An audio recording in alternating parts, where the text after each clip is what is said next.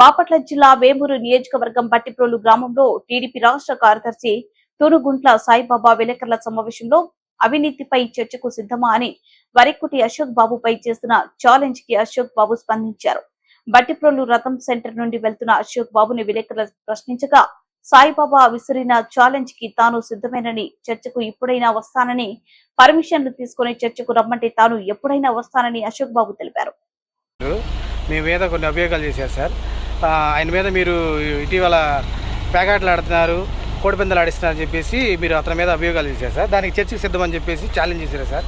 మీరు ఆ challenge స్వీకరిస్తున్నారా sir? సిద్ధమని ఇక్కడికి వచ్చి రథం సెంటర్ దగ్గర ఆయన ఎక్కడ మీటింగ్ పెడతానన్నాడు. ప్రభుత్వం వాళ్ళది కదా, వాళ్ళ ప్రభుత్వంలో వాళ్ళ పర్మిషన్స్ అవి తీసుకుంటే ఎక్కడ స్టే చేస్తాడా, ఎక్కడ తాడు కట్టేసేసుకుంటాడా అనే దానికోసం పరిశీలిద్దామని వచ్చాను నేను.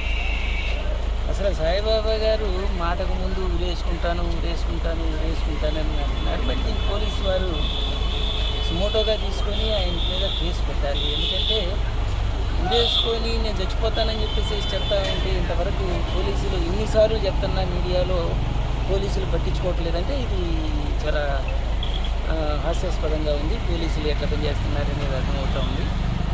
మరి సాయిబాబా గారు బట్టిప్రోలు మండలంలో, బట్టిప్రోలు గ్రామంలో కూడా లంక గ్రామాలలో కోడి పందాలు వేయిస్తూ, పేకాట్లు ఆడిస్తూ, కమిషన్ తీసుకొని చిన్న చిన్న కుటుంబాలని వ్యసనాలకి బానిసలుగా చేసి వాళ్ళ జీవితాలతో ఆడుకుంటున్నటువంటి సాయిబాబా గారి కమిషన్ల కోసం కక్కుర్తిపడి ఈ రకంగా చేస్తున్న సాయిబాబా గారి గురించి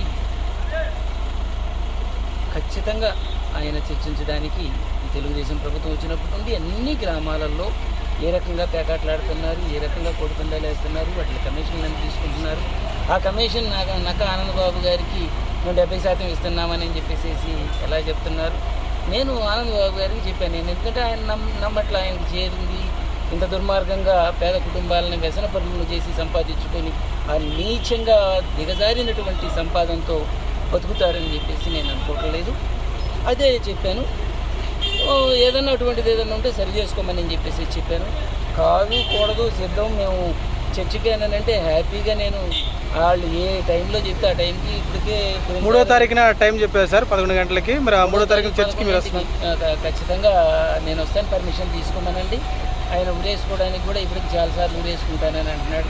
దానికి కూడా ఆయన పర్మిషన్ తీసుకోవాలి. ఎందుకంటే మళ్ళీ నా మీద ఆ పాపం నాకు రాకుండా కుటుంబ సభ్యులు తన భార్య వాళ్ళ బాధ నా మీద పడకుండా ఆయన పర్మిషన్ తీసుకుంటారు. ఆయన ఏమన్నారంటే 3వ తారీఖు నేనైతే ఉరేసుకుంటాను, దానికి తగిన సాక్ష్యాధారాలు సార్ కాకపోతే సార్ అయితే ఏం చేస్తారని చెప్పేసి మీరు కూడా ప్రశ్నించారండి. నిరూపించలేకపోతే మీరేం చేస్తారు? ఖచ్చితంగా క్షమాపణ, బహిరంగ క్షమాపణ చెప్పేశారు. బహిరంగ క్షమాపణ చెప్పేసి ఆయనకి జ్ఞానం లేకపోతే ఇక్కడ ఏమంటున్నారంటే ఆయన ఏమన్నా మమ్మల్ని రెచ్చగొడుతున్నారు, అశోక్ బాబు గారు కుల మతాలు ఇచ్చి లేపుతున్నారని చెప్పేసి ఆయన అడుగుతున్నారు. దీన్ని ప్రజలు ఎలా తీసుకోవాలి? అంటే మీరు ఆయన రెచ్చగొడుతున్నారని చూస్తూ ఉన్నారు. 50 రోజులు కాలేదు, ఇప్పుడే చిన్న బిడ్డ సంక్షేమ పథకాల గురించి మాట్లాడుతున్నారని అన్నారు కదా. అసలు ప్రమాణ స్వీకారం చేయకముందే దిమ్మెల పగలగొట్టేశారు. సుత్తులు తీసుకొని బొట్టు పెట్టుకొని ఆ అమ్మవారి గుడికి పూజలు చేస్తా, ఆ అమ్మవారిని అడ్డం పెట్టుకొని అక్రమ సంపాదనలు చేస్తూ, సుత్తులు తీసుకొని దిమ్మెల పగలగొట్టి అకృత్యం చేస్తూ పగలగొట్టింది ఆయనే కదా. మరి బుల్లయ్య గారిని కొట్టి ఆయన మీద కేసులు పెట్టించింది వాళ్ళే కదా. ఆయన కొట్టిస్తే కోటేశ్వరరావును శ్రీని మీద కేసులు పెట్టించింది ఆయనే కదా. కులాల మధ్యలో ఇప్పుడు అదేపల్లిలో రాజశేఖర రెడ్డి గారి విగ్రహాన్ని తగలబెట్టించింది ఆయనే కదా. ఎవరు ప్రోత్సహిస్తున్నారు? ప్రతిపక్షంలో ఉన్నాం, పోనీళ్ళు వాళ్ళకి అధికారం వచ్చింది చేసుకుంటారులేనని చెప్పేసి చూస్తూ ఉంటే అన్నీ చేస్తా, అరే మాటకు ముందు ప్రెస్ మీట్, ఈ ప్రెస్ మీట్లేందో ఈ గోలేందో. మరి ఇంత నీతివంతుడైతే మరి ఆ రోజున తన భార్య సర్పంచ్గా తన భార్యని బజార్లో వేసి బట్టిప్రోలు గ్రామంలో అనేక ఉద్యమాలు పార్టీలతో సంబంధం లేకుండా చెక్ పవర్ రద్దు చేయాలని ఉద్యమాలు చేసినటువంటి బట్టిప్రోలు గ్రామంలో నిరాహారదీక్షలు కూడా జరిగినాయి.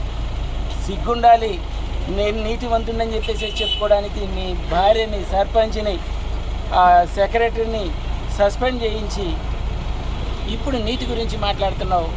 నువ్వు దేవుణ్ణి పూజిస్తున్నావంటే పద్ధతిగా ఉండాలి, బొట్టు పెట్టుకుంటావంటే ఒక జ్ఞానం ఉండాలి, అంతేగాని ఈ నీచ సంస్కృతికి వద్దు. చర్చకి నేను సిద్ధం. నువ్వు ఒకవేళ ఇక్కడ లేకపోతే నువ్వు రమ్మంటే ఇంటికైనా వస్తా, వచ్చి మాట్లాడతా. నువ్వు చేస్తున్నావు, నువ్వు పేకాట్లాడిస్తున్నావు, నువ్వు కోడి పందాలు వేయిస్తున్నావు, వాటి కమిషన్లు తీసుకుంటున్నావు. నువ్వు వసూలు చేసే డబ్బులు మరి నీకా, ఆనందబాబు గారికా, మీ ఇద్దరికి కాకపోతే అధికారులుకా? అధికారులు ఎందుకని ఇవి ఆపలేకపోతున్నారు? మీ ప్రభుత్వమే కదా, మీరు ఆపండి. నా అప్పీల్ ఒకటే, వీటిల్ని వేమూరు నియోజకవర్గంలో మీరు ఆపాలి. ఆపిందాక పేకాట్లు, కోడి పందాలు